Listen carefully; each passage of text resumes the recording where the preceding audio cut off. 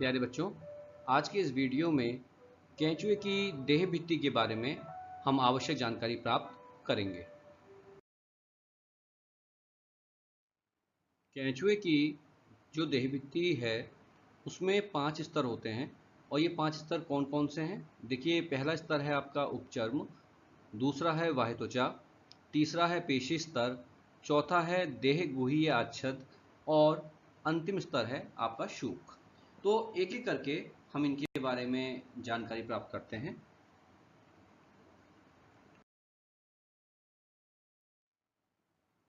सबसे पहले हम बात करते हैं उपचर्म की। देखिए, अगर आप इस डायग्राम को देखें, त्वचा का डायग्राम जो मैंने यहाँ दिखाया है, अगर आप इसको देखें तो सबसे बाहर की ओर जो ये स्तर आप देख रहे हैं, ये स्तर क्या कहलाता है? आपका उपचर्म। ये एक पतला स्तर है, पारदर्शक है, ट्रांसपेरेंट है और आप देख रहे हैं कि ये सबसे जो है बाहरी स्तर है और इस स्तर पे आपको छिद्र दिखाई दे रहे हैं, ठीक है ना। तो जो उपचर्म है ये पतला, पारदर्शक और सबसे बाहर का स्तर है जिस पर अनेक छिद्र पाए जाते हैं और इन छिद्रों से बाह्य त्वचीय ग्रंथियां जो हैं बाहर की ओर खुलती हैं। आप देखें तो ये जो छिद्र हैं, इन छिद्रों से जो है बाह्य त्वचा की जो ग्रंथियां हैं वो बाहर की ओर क्या होती हैं? खुलती हैं।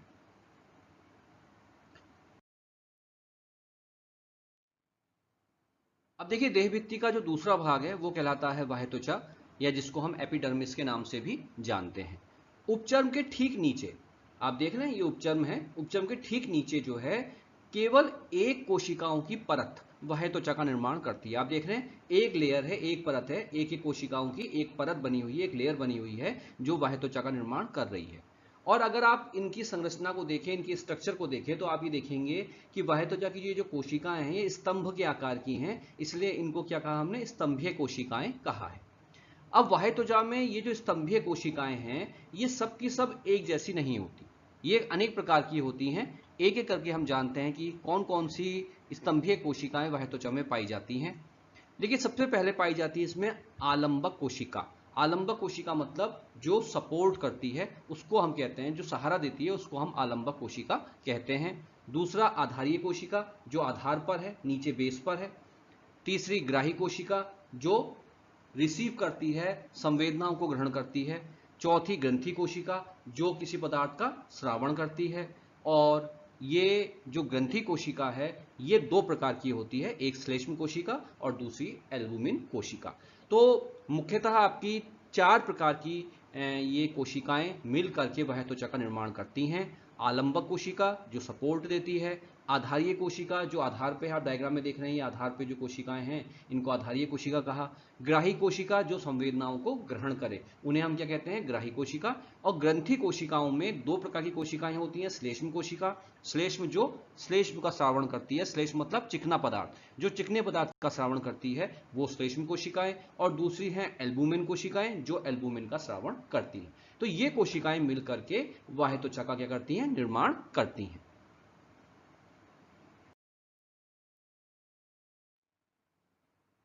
बाह्य त्वचा के ठीक नीचे पाया जाता है पेशी स्तर, मस्कुलर लेयर। तो देखिए, बाहर की ओर वृत्ताकार पेशियां और अंदर की ओर अनुदैर्ध्य पेशियां पाई जाती हैं। अगर आप देखें तो ये जो पूरा संरचना है आपका, ये नीचे तक बाह्य त्वचा के ठीक नीचे का ये स्तर जो है ये आपका कहलाता है पेशी स्तर। और इस पेशी स्तर में अगर आप देखें तो ये जो पेशियां हैं, वर्तुल पेशियां, ये वृत्ताकार पेशियां होती हैं जो केंचुए के शरीर के चारों ओर वृत्ताकार रूप से जो है पाई जाती हैं। इसके अलावा इन वृत्ताकार पेशियों के नीचे आप देखिए अनेक अनुदैर्ध्य पेशियां आपकी पाई जा रही हैं। और अनुदैर्ध्य पेशियां कैसे पाई जा रही हैं? पट्टियों के रूप में पाई जा रही हैं। आप देखिए, एक पट्टी ये है, एक पट्टी ये है, तो इस प्रकार से अनुदैर्ध्य पेशियां पाई जाती हैं। बाह्य त्वचा के ठीक नीचे सबसे बाहर की ओर क्या पाई जाएगी? वर्तुल पेशियां, वृत्ताकार पेशियां, और उसके ठीक नीचे जो है अनुदैर्ध्य पेशियां जो है कई पट्टियों के रूप में पाई जाती हैं। और अब इसके बाद इससे नीचे, पेशी स्तर से नीचे जो भाग होता है उसे हम कहते हैं देह गुह्य अच्छद या देह गुह्य अधिच्छद कहते हैं। तो यह चौड़ी केंद्रक युक्त कोशिकाओं से बना सबसे भीतरी स्तर होता है जिसे हम पेरिटोनियम के नाम से भी जानते हैं। आप देखिए, ये वाला जो स्तर है, सबसे नीचे का जो स्तर है, इसको हम कहते हैं देह गुह्य अधिच्छद, जो देह गुहा को जो है मतलब चारों ओर से क्या करता है? देह गुहा का आवरण करता है और ये केंद्रक युक्त कोशिकाओं से बना हुआ भाग होता है जिसको हम पेरिटोनियम के नाम से भी जानते हैं। अब हम बात करते हैं सबसे अंतिम और महत्वपूर्ण भाग की, जिसको हम शूक या सीटी के नाम से जानते हैं। देखिए, पर्याणिका और कुछ अन्य खंडों को छोड़कर शरीर के सभी खंडों के मध्य में सीटी का एक घेरा होता है। पर्याणिका मतलब क्लाइटेलम। आप जानते हैं कि 14, 15, 16 खंड को हम क्लाइटेलम कहते हैं।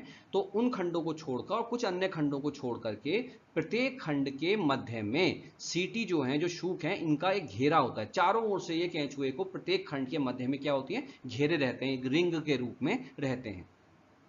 प्रत्येक जो सीटी है ये एस के आकार की काइटिन की बनी संरचना है। आप देख रहे हैं हल्का सा आपको अंग्रेजी के एस के आकार का दिखाई दे रहा है, और ये कैसी संरचना है, काइटिन की बनी हुई संरचना है।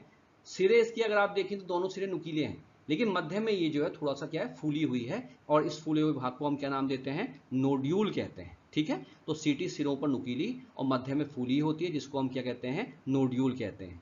ये सीटी जो है आपकी त्वचा के अंदर धसी हुई है, और साथ ही साथ आप देखिए एक थैले जैसी संरचना के अंदर है। ये थैले जैसी संरचना क्या कहलाती है, शूक स्यून कहलाती है। तो ये जो सीटी है ये त्वचा के अंदर, या कहिए एक थैले जैसी संरचना में धसी हुई है त्वचा के अंदर, और इसको बाहर और अंदर लाने का काम करती हैं कुछ पेशियां, जिसको हम अपाकुंचक और आकुंचक पेशी के नाम से जानते हैं। तो ये जो पेशियां हैं इनका काम क्या है कि इस सीटी को त्वचा के अंदर, इस कोश के अंदर ले आए, या त्वचा के बाहर ये इस सीटी को निकाल दे। तो इस सीटी को त्वचा के अंदर और बाहर लाने का काम क्या करती हैं, कुछ पेशियां करती हैं, जिनको हम अपाकुंचक और आकुंचक पेशियों के नाम से जानते हैं। इनका काम क्या है, देखिए इनका काम है भूमि को पकड़ के चलना, या हम ये कह सकते हैं कि केंचुए का गमन अंग है। केंचुआ इन्हीं के माध्यम से भूमि को पकड़ करके जो है मिट्टी में क्या है, चलता है। इस शूक का 2/3 भाग शूक के अंदर बंद रहता है, जबकि 1/3 भाग जो है पिछले सिरे की ओर क्या है, झुका हुआ होता है। जैसा मैंने अभी आपसे कहा कि पेशियां जो है इस सीटी को त्वचा से बाहर निकालने और अंदर खींचने का काम करती हैं। तो देखिए आप ध्यान रखिएगा यहाँ पे कि एक जोड़ा अपाकुंचक कोशियां, एक जोड़ी अपाकुंचक पेशियां जो हैं, आप डायग्राम में देखिए ये जो अपाकुंचक पेशियां हैं ये इस सीटी को शरीर से या त्वचा से बाहर निकालने का काम करती हैं, और आकुंचक पेशियां जो हैं, जो ये पेशी हैं, ये इसको शरीर के अंदर खींचने का काम करती हैं। तो यहां ये स्पष्ट हो गया कि अपाकुंचक पेशी क्या करती है, सीटी को त्वचा से बाहर निकालने का काम करती है, और आकुंचक पेशियां जो हैं सीटी को त्वचा के अंदर खींचने का काम करती हैं।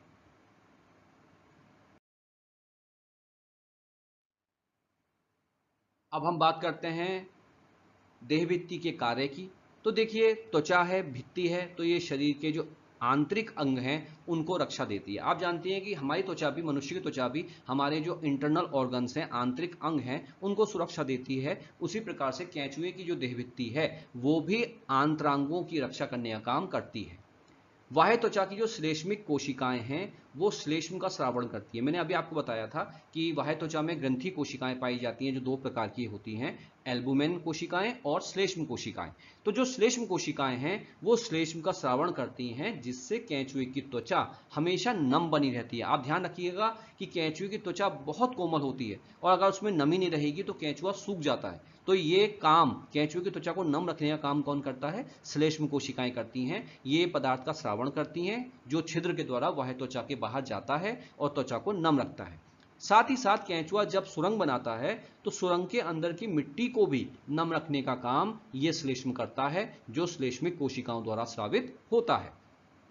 इसके अलावा नम रुधिरवाहिनी और केशिकाओं से युक्त त्वचा श्वसन अंग का काम करती है। आपको ये पता होना चाहिए कि केंचुए की जो त्वचा है, जो स्किन है, वो रेस्पिरेटरी ऑर्गन है, वो श्वसन अंग है, जिसके माध्यम से केंचुआ जो है श्वसन करता है। तो केंचुआ श्वसन अगर त्वचा से करता है तो इसलिए केंचुए की जो त्वचा है वो कैसी रहनी चाहिए, नम रहनी चाहिए। क्योंकि अगर त्वचा नम रहेगी तो त्वचा में मौजूद जो रुधिर वाहिनियां हैं, जो ब्लड वेसल्स हैं, और जो केशिकाएं हैं, वो भी क्या रहेंगी, नम रहेंगी, जिससे श्वसन क्रिया आसानी से संपन्न होगी। इसके अलावा लोकोमोशन, चलने के लिए आवश्यक जो अंग है जिसको हमने शूक या सीटी कहा, वो भी इसी देहभित्ति या त्वचा में स्थित होते हैं। मैंने आपसे अभी डिस्कस किया था कि केंचुए का जो गमन अंग है वो क्या है, सीटी है, शूक है। इसी के माध्यम से केंचुआ भूमि को पकड़ करके चलता है। और ये शूक कहाँ पाए जाते हैं, इसी देहभित्ति में, इसी त्वचा में पाए जाते हैं। केंचुए की जो बाह्य त्वचा है, मैंने आपको बताया था कि उसकी बाह्य त्वचा में कुछ ग्राही कोशिकाएं पाई जाती हैं, रिसेप्टर सेल्स पाई जाती हैं। और ये ग्राही कोशिकाएं क्या करती हैं, ये बाहरी वातावरण से संवेदनाओं को ग्रहण करती हैं, स्पर्श को, टच को ग्रहण करने का काम करती हैं। तो ये हमें पता होना चाहिए कि इसी त्वचा में, इसी बाह्य त्वचा में, इसी देहभित्ति में जो ग्राही कोशिकाएं हैं वो स्पर्श ज्ञानेंद्रियों का काम करती हैं, स्पर्श को, टच को महसूस करने का काम करती हैं। बाह्य त्वचा में अनेक प्रकाशग्राही अंग भी पाए जाते हैं, अनेक प्रकाशग्राही कोशिकाएं भी पाई जाती हैं, जिसके माध्यम से जंतु को प्रकाश का ज्ञान होता है। तो यह भी हमें पता होना चाहिए कि देहभित्ति की जो त्वचा है, बाह्य त्वचा है, उसमें कई प्रकाशग्राही कोशिकाएं हैं जो प्रकाश का ज्ञान जंतु को कराती हैं।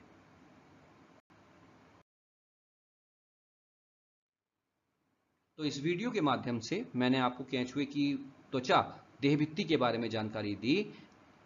मैं उम्मीद करता हूं कि इस वीडियो के माध्यम से आपने केंचुए की देहभित्ति के बारे में, उसके विभिन्न स्तरों के बारे में, सीटी जिसे हम शूक कहते हैं, कि उसके बारे में जानकारी प्राप्त की होगी। अगर आपको ये वीडियो पसंद आया तो इसे लाइक कीजिए और इस चैनल को सब्सक्राइब कीजिए। धन्यवाद।